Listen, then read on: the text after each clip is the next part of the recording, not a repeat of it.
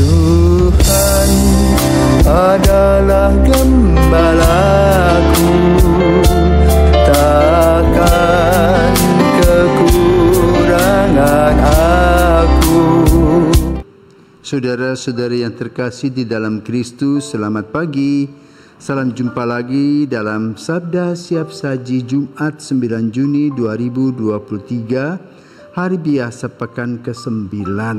Marilah kita berdoa. Dalam nama Bapa, Putra, dan Roh Kudus. Amin. Allah Bapa Maha Kuasa, hidup kami berada di tangan kuasa-Mu.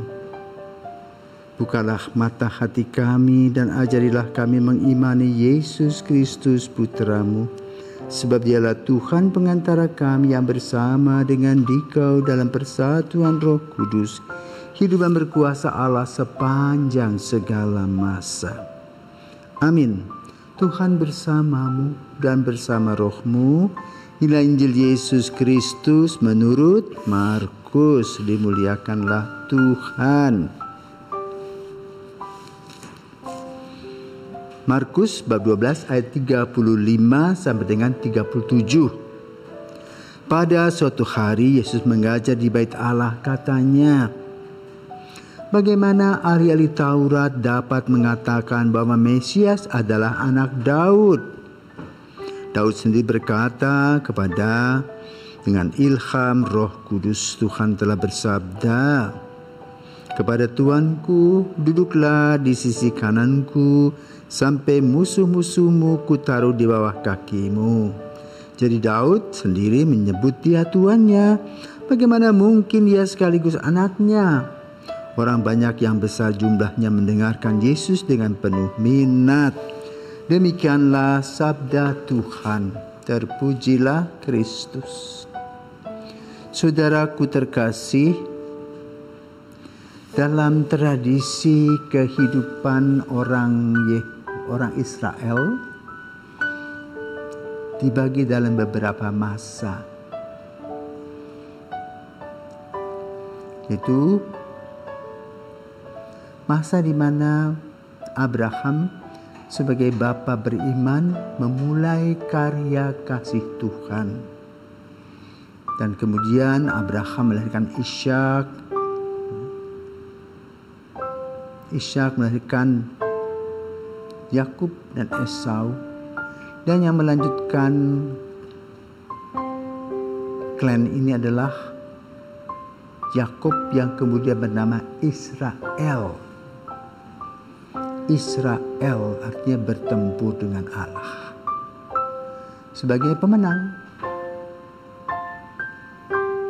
Maka lalu dibagi lagi dalam masa nabi-nabi, raja-raja, kemudian masuklah putra Allah Yesus. Nah, raja-raja mana yang terkenal? Raja pertama dari umat Israel bernama Saul. Biasanya orang setelah duduk lupa berdiri, atau setelah mendapat kedudukan lupa diri. Saul pun sama. Orang yang rendah hati menjadi angkuh dan sombong. Orang yang taat kepada Tuhan sekarang mulai melawan. Maka dia mulai menyalahgunakan kekuasaan. Maka melalui Nabi Samuel, Tuhan atau Yahweh minta agar ia mengganti Saul sebagai raja dan mencari raja di Bethlehem dari keluarga Isai. Dan Isai itu mempunyai beberapa anak. Ternyata anak yang sulung yang kemudian dipilih Samuel menjadi raja. Siapakah dia? Daud namanya. Digambarkan bahwa Daud itu seorang pemuda yang atletis, wajahnya tampan, juga mempunyai bakat musikal. Maka kemudian dia main kecapi. Bahkan juga pengumpul mazmur-mazmur yang kita pakai saat ini. Sebagai raja dikenal sebagai raja yang oke, yang baik. Maka dikenang bahkan sampai saat ini di Israel ada kuburan Raja Daud yang dijaga. Hari ini kita mendengar tentang Daud dihubungkan dengan Yesus. Dalam Injil Matius, ketika kita membaca soal silsilah Yesus, maka nama Daud pun tertera di sana.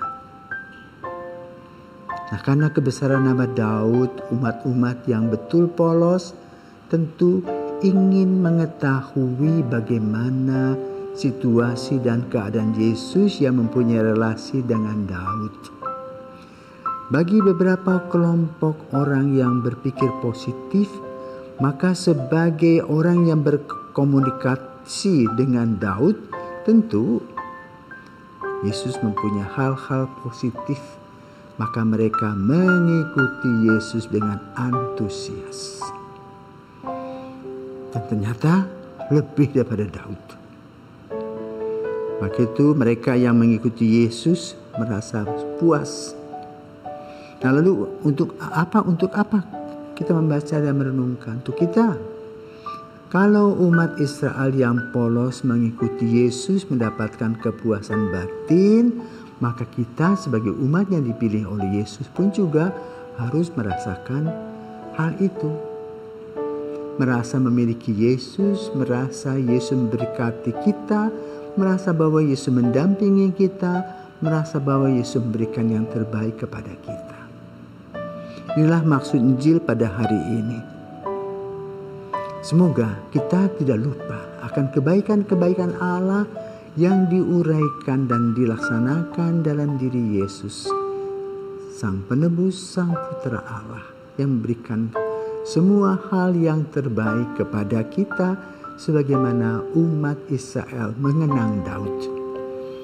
Mari kita mengadakan relasi dengan Yesus sebaik-baiknya dan kita akan merasa puas diri sebagaimana umat Israel mengikuti Yesus. Tuhan memberkati.